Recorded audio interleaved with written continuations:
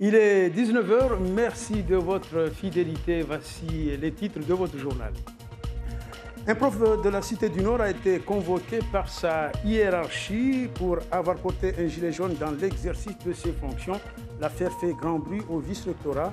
Les syndicats et associations des parents d'élèves montent au créneau. Pour eux, cet incident ne doit pas occulter des sujets plus importants qui doivent être prioritaires dans l'éducation nationale à Mayotte. Les futures élections pour renouveler la direction à la Chambre d'agriculture, de la pêche et de l'aquaculture. Ce soir, nous vous présentons la Confédération paysanne, son représentant Antoumani Saïd et notre invité sur ce plateau. Mesdames, Messieurs, bonsoir. Parce qu'il aurait porté un gilet jaune pour enseigner, un prof d'anglais de la Cité du Nord a été convoqué au vice-rectorat. Une affaire qui prend de drôles de proportions selon les syndicats et représentants des parents d'élèves, puisqu'il y a selon eux d'autres sujets plus importants à régler au sein de l'éducation nationale. Général Atoumani et Atoumani Simba. À la Cité du Nord, pas de cours d'anglais depuis lundi pour les élèves de Laurent Chailloux. Le professeur n'a en effet pas le droit de reprendre son poste tant qu'il n'aura pas répondu à la convocation du vice-rectorat. Convocation portant sur le port d'un gilet jaune au sein d'un établissement scolaire. Nous, on est un peu surpris par l'ampleur que prend cette affaire. On a simplement un collègue qui a porté un gilet jaune dans l'enceinte de l'établissement, mais qui l'a enlevé, qui n'a pas fait cours avec, qui ne s'est pas exprimé, qui n'a pas fait de prosélytisme politique devant ses élèves. Donc on est un petit peu surpris qu'il y ait une telle crispation au niveau du vice-rectorat, qu'aujourd'hui il n'ait pas le droit de faire cours, qu'il soit convoqué. Voilà, on aimerait que ça revienne un peu plus de sérénité. Les enseignants sont des fonctionnaires, mais sont aussi des citoyens. Et d'après ce membre du conseil d'administration de la Cité du Nord, d'autres problèmes sont actuellement plus importants à régler dans l'éducation nationale à Mayotte. Notre préoccupation, c'est que nos enfants aient cours avec un prof d'anglais en face. Par rapport à ce problème, il y a d'autres problèmes. Depuis la rentrée, nous avons constaté qu'il y a pas mal de profs qui manquent. Donc on rajoute des problèmes. Nous avons ici notre préoccupation. Nous avons la problématique de sureffectif. Nos enfants sont à 40 par classe. Nous avons aussi des problèmes de construction scolaire. Là où il faut construire, parce qu'il manque de place, on ne construit pas, mais on construit ailleurs.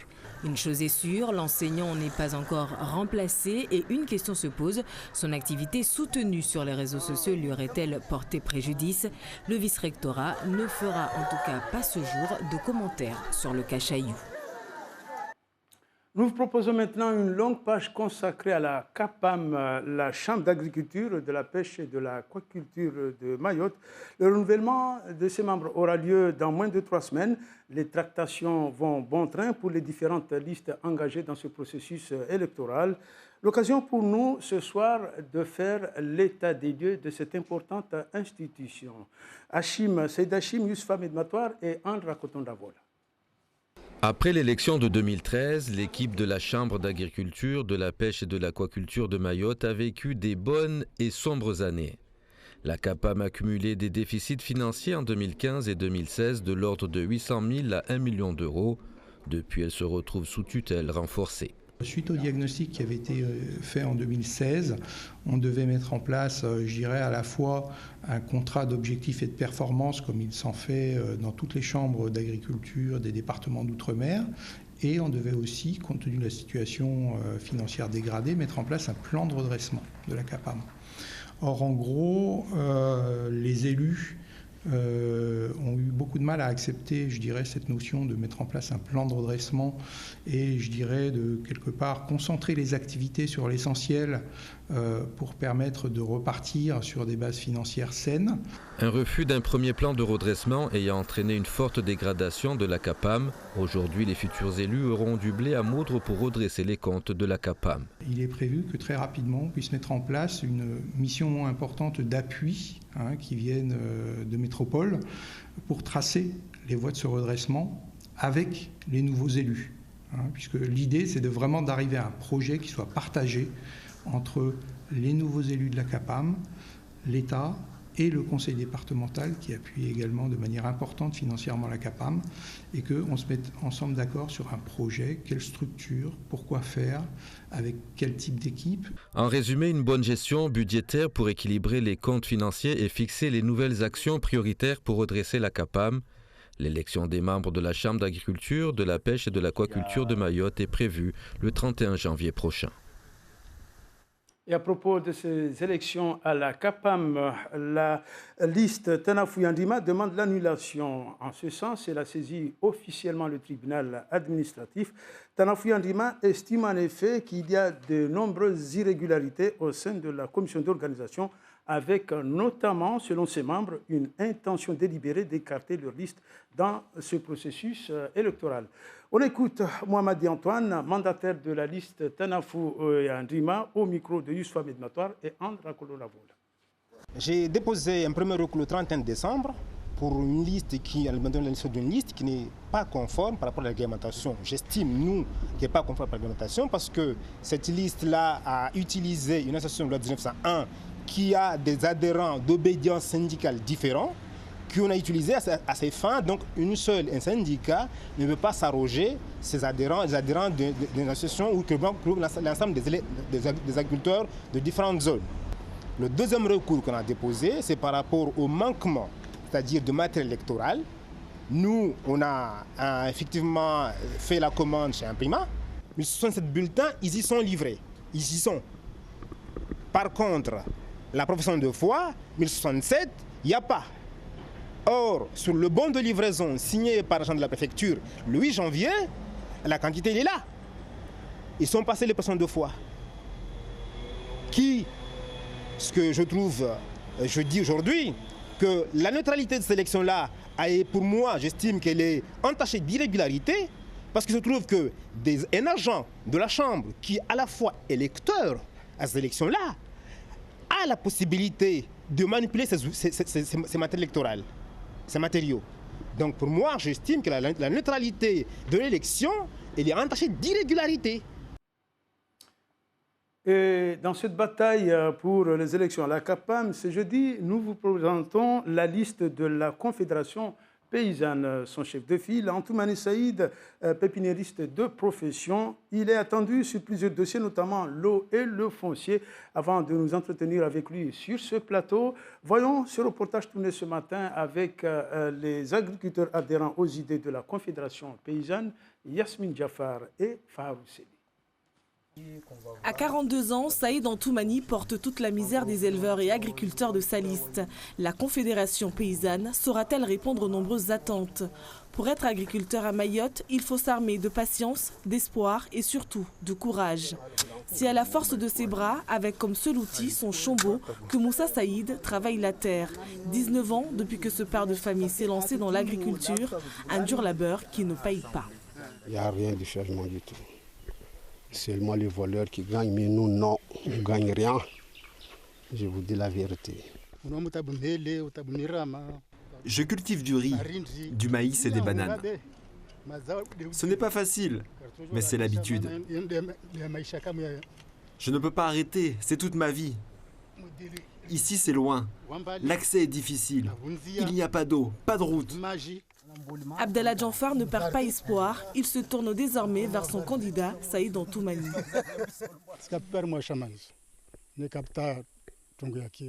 J'ai déjà été adhérent dans toutes les mouvances. Mais rien n'a été fait. Donc je préfère marcher maintenant avec Antoumani. Je sais comment il est. Je suis persuadé qu'il pourra répondre à toutes nos demandes. Autre combat que devra mener le candidat de la Confédération paysanne, le foncier. La majorité des exploitations sont officiellement la propriété du département. Des parcelles qui sont pourtant dans des familles depuis plusieurs générations. Problème, aucune ne possède de titre de propriété.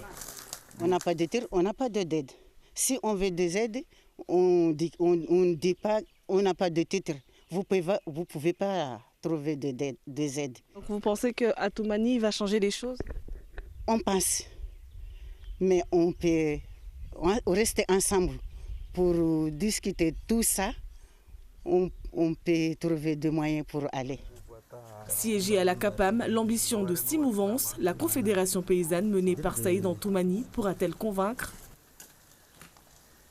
Saïd Antoumani, bonsoir. Bonsoir Darwesh. Merci d'être venu nous éclairer sur ces élections à la CAPAM avec votre liste, la Confédération paysanne.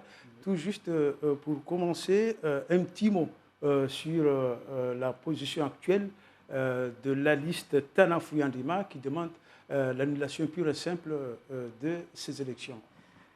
Je ne suis pas au courant de ces nouvelles, mais Darwesh, bon, je suis là pour défendre mon programme. Donc, c'est une affaire, il faut laisser la justice faire son affaire. Moi, je suis là pour me présenter mes programmes. Alors, votre programme, priorité l'eau et le foncier, c'est d'ailleurs le leitmotiv des différentes listes ici.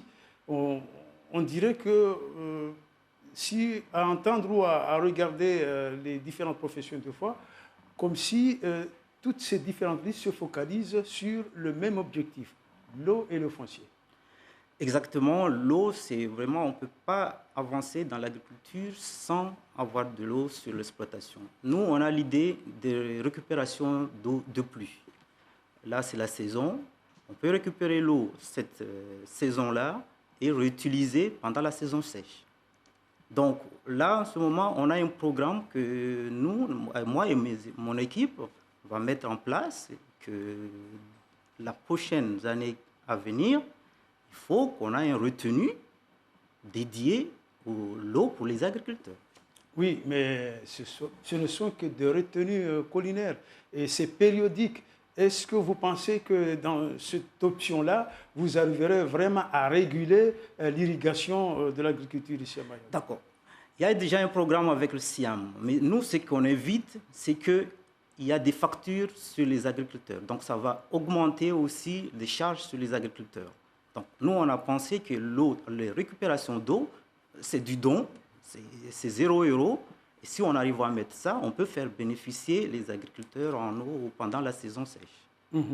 Là encore, une autre question, l'autosuffisance alimentaire. C'est ça qui prime, c'est ça qu'attendent les Mahorais. Avez-vous un programme, un réel projet de pérennisation sur l'autosuffisance alimentaire ici à Mayotte? Pour faire l'agriculture, il faut du foncier et de l'eau. Ça, c'est primordial. Donc, on a le problème d'eau, on a le problème de foncier. Donc, on a 3 types de foncier à Mayotte. Donc, la propriété privée, ça, il n'y a pas de souci, les gens, ils ont des titres.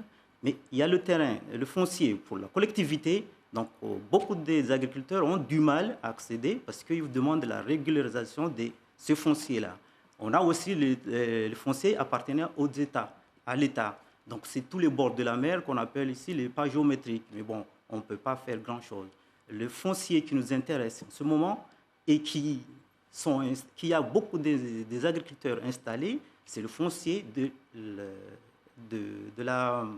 Conseil général. Donc, c'est ce foncier-là que nous, on veut que le Conseil général essaie de régulariser tous les agriculteurs installés sur ce foncier-là. Bon, en attendant que tout soit mis au clair sur la régularisation foncière et autres, il y a aussi cet espace de coopération régionale. Il ne faut pas non plus négliger qu'une grande partie de notre agriculteur vit de son importation. Qu'en pensez-vous? Nous, on a la possibilité d'exporter. Nous, pendant la saison, par exemple, les ananas, on voit au bord de la route des ananas à perte de vue. Il faut qu'on essaie de faire des programmes. Je parle de l'ananas, je parle aussi de tout ce qui est fruits, par exemple les convavas. Les convavas, nos voisins réunionnais, ils affolent de ça. Et nous, on ne sait pas trop s'en servir ça, en fait, ici à Mayotte. On ne les met pas en valeur ici à Mayotte. Donc tout ça, il faut qu'on arrive à faire des programmes d'exportation. Il faut qu'on trouve quelqu'un qui soit à l'extérieur, qui soit prêt à vendre nos produits. Pour terminer, donc dans moins de 3 semaines, ce sera donc l'élection pour la présidente de la Chambre de l'agriculture et autres. Qu'allez-vous dire ici pour convaincre l'électorat et espérer donc obtenir cette présidence? Donc, moi, j'ai mené beaucoup de combats sur l'aide PAC, le paiement d'aide PAC. Moi, ça fait déjà 3 ans que je cours derrière cette aide PAC. Il faut que l'aide soit versée à temps aux agriculteurs. Donc, moi, je demandais à tous ces électeurs-là, bon, s'ils ont des soucis de paiement d'aide PAC, ils peuvent regarder quelqu'un comme moi pour arranger leur situation. Merci Antoumani Saïd. Je précise que vous êtes tête de liste donc, de la Confédération paysanne sur ces futures élections liées à la Chambre d'agriculture, de la pêche et de l'aquaculture de Mayotte. Merci d'être venu. Merci. À La Réunion, les autorités multiplient les campagnes de traitement et de sensibilisation pour faire face à de nouveaux cas de dengue.